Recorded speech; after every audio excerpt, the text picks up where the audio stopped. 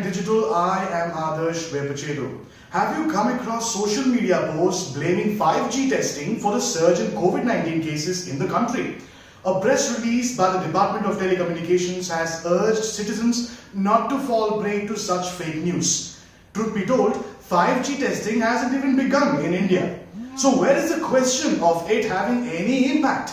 I had a word with Mr. Jayant Kolla, founder of Convergence Catalyst, which covers mobility, telecom, artificial intelligence, and Internet of Things to see if there is any scientific basis at all behind these rumors. Many thanks, Mr. Jayant, for taking some time out and for speaking to us. Firstly, 5G testing hasn't even started in India. What are your initial thoughts on the kind of fake news blaming 5G for the second wave of COVID-19? And can there ever be any sort of remote connection between the two? And as an internet man, how do you feel when you come across such fake news?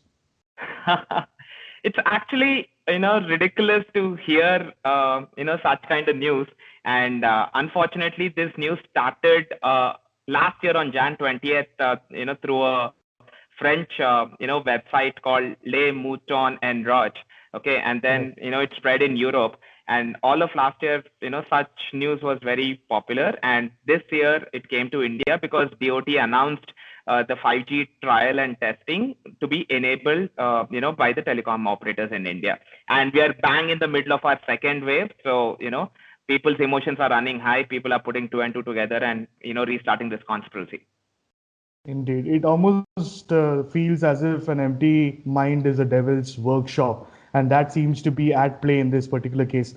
Shifting our focus, Mr. Jayant, please tell our viewers as to what exactly do these mobile towers emit, and whether these radiations, whether they can be dangerous by any means. We keep hearing about how it's causing some sort of impact to the honeybees, to sparrows even. So there are certain inhibitions and fears that what these radio towers emit could be doing some extent of damage to human beings as well. Kindly shed some light on that as well, sir. So fundamentally, what the cell towers emit are radio waves, right? And all radio waves are electromagnetic frequency, essentially, right? Mm-hmm. The cell towers, the power with which these radio waves are emitted, they are in extremely minuscule numbers. They are not in a position to cause any harm. I remember it's not just now. 15 years back, when I was working in Motorola and telecom industry and launching mobiles, the similar conspiracies were talked about in 3G as well, right? When 3G was being launched, that radio frequencies are flying with your brains and stuff like that. It all depends on the power with which these waves are emitted by the cellular base stations or the cell towers that they're called. And there are international standard bodies, national standard bodies, scientific research and technology research that back that no such harm is caused, especially for humans, or any other living beings and animals. The power with which these radio waves and electromagnetic frequencies emitted is very, very minuscule.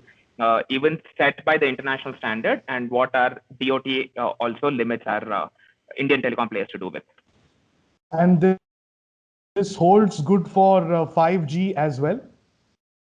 Yes, absolutely. I mean, any cellular technology, even before it becomes available and approved, as a consumer technology, has to adhere to a very stringent set of technology and scientific standards, and the first and foremost among them are some of these safety compliances.